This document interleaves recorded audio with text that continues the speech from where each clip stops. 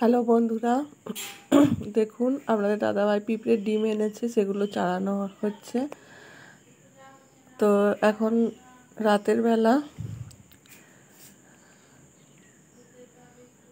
আর ডিমগুলো অবশ্যই যত্ন করে ভালো করে চালাতে বলেছে। তো যাই হোক, আমি চালাচ্ছি। দুটো ডালায় চাড়িয়েছি, আর এর ওপরে কিছু পাতা দিতে বলেছিল, কিন্তু এখন রাতের বেলা আমি কোথায় পাতা আনতে যাব, তাই দেয়া হয়নি। অবশ্যই কালকে সকালে দিয়ে দেব। এখন ডিমের দাম অনেক বেশি, কত দাম যদিও আমি জানি না, ও জানে, আমাকে বলেনি। আমাকে শুধু বলেছে ভালো করে যেন চালানো থাকে, যেন পাখিতে না খেয়ে নেয়। তো যার জন্য আমি ঘরের ভিতরেই ডিমগুলো চাড়িয়েছি।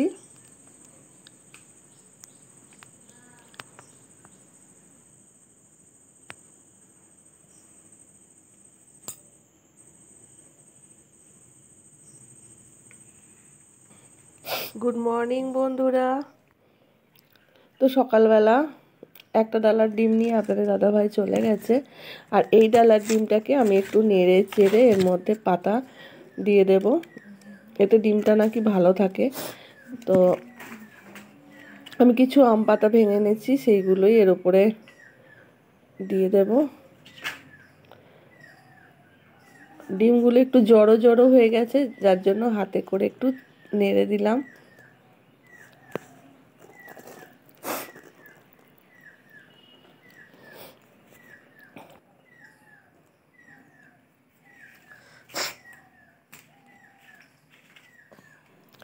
এবার এর মধ্যে পাতাটা দিয়ে দেব।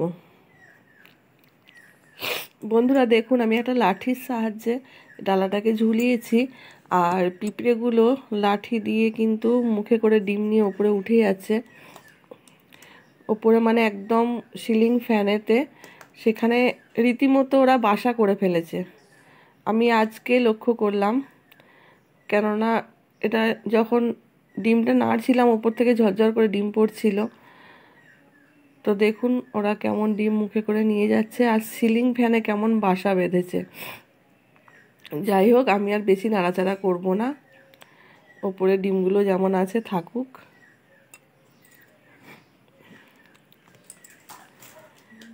আমি খালি ঘরের জানালাগুলো বন্ধ করে দেব, কেননা পাখিরাও সন্ধান রাখে যে এখানে ডিম আছে।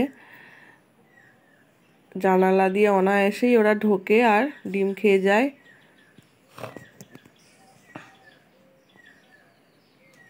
এখন ডিমের প্রচুরই দাম, যার জন্য আমাকে জানালা বন্ধ করতেই হবে, নাহলে ডিম খেয়ে নেবে।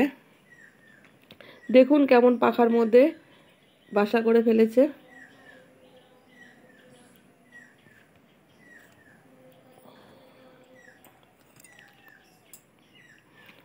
ঠিক আছে বন্ধুরা, আমি এবার জানালাগুলো বন্ধ করে ভিডিওটা শেষ করছি।